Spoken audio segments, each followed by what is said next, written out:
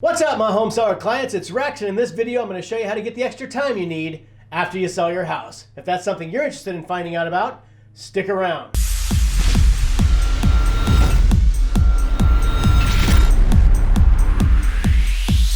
According to the California Purchase Agreement, the home seller needs to be out of the house at 6 p.m. on the date of close of escrow. Home sold, get out! Unfortunately, not all my home sellers are ready to move out on the day of close of escrow at 6 p.m. because we don't want them to move out anytime before we're ready for them to move out, because what happens if the escrow falls out, if the buyer changes their mind? Trust me, anything that's going on in a home buyer's life while they're buying a house, it's a big deal. So everything comes up. If they're having marital problems or money problems or something like that, it's going to come up, it's going to blow up, and then they're going to back out of escrow, right?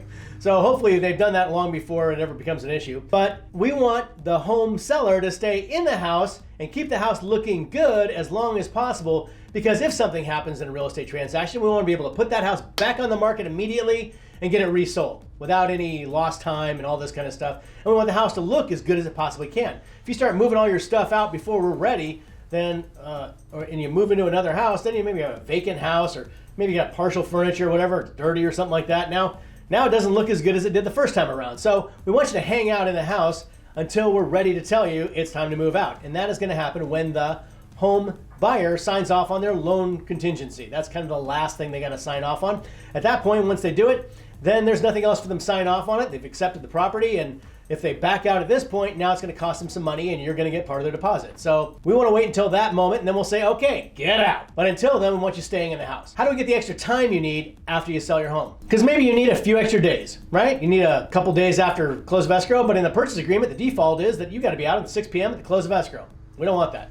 We want to make sure that we actually negotiate in at least a couple of extra days. So once the escrow closes and you got your money and everything else, now you can afford the moving trucks or whatever you need, family, friends, have a picnic, barbecue, something, whatever.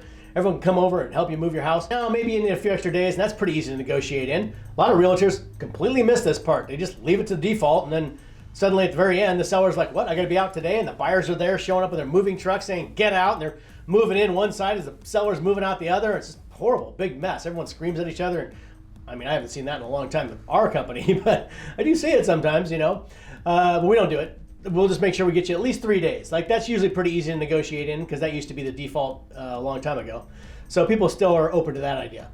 But if you need like 5 days or 7 days or 9 days, it's all negotiable. So we'll just try and find you that buyer that's going to want to give you those 7 days or 9 days, or see how many they'll, I don't know, if we have multiple buyers competing against each other for your house, which happens like all the time with our real estate transactions, then we'll find the best one, and maybe we can ask for it, 7 days, 9 days, 10 days, whatever.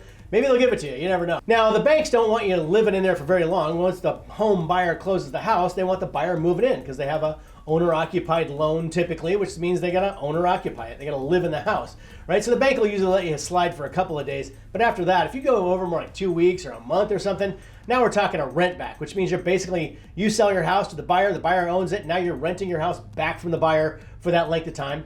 The challenge you're gonna come into when you do a rent back is that, typically that buyer, we're gonna sell your home for maximum market value. So they're gonna be paying more on their mortgage than you were on yours. So, if you're paying $2,000 a month, they're gonna be paying $4,000 a month. So you gotta pay that, whatever they're paying on their new daily rate, you gotta pay that. So you're gonna be paying more than what you're used to during that month that you're renting the house. So that's kind of a bummer, but you gotta pay it. The other option is rent your house out and buy your other home, right? So you basically buy your home and then you rent your house out. So you own your home and then you rent your place out. If you can keep it, it's always a good idea to keep real estate if you can.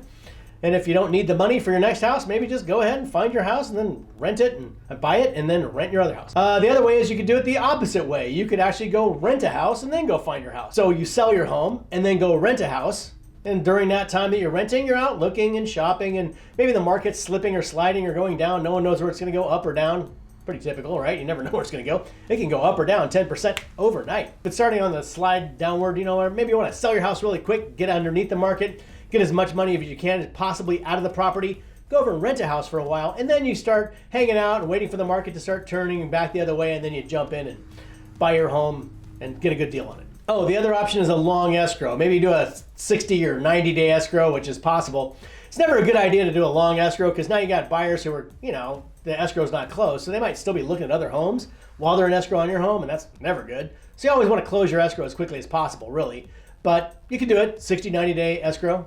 Sometimes we do it, if it makes sense. Well, that's it for this video of how to sell your home and get all the extra time you need after close.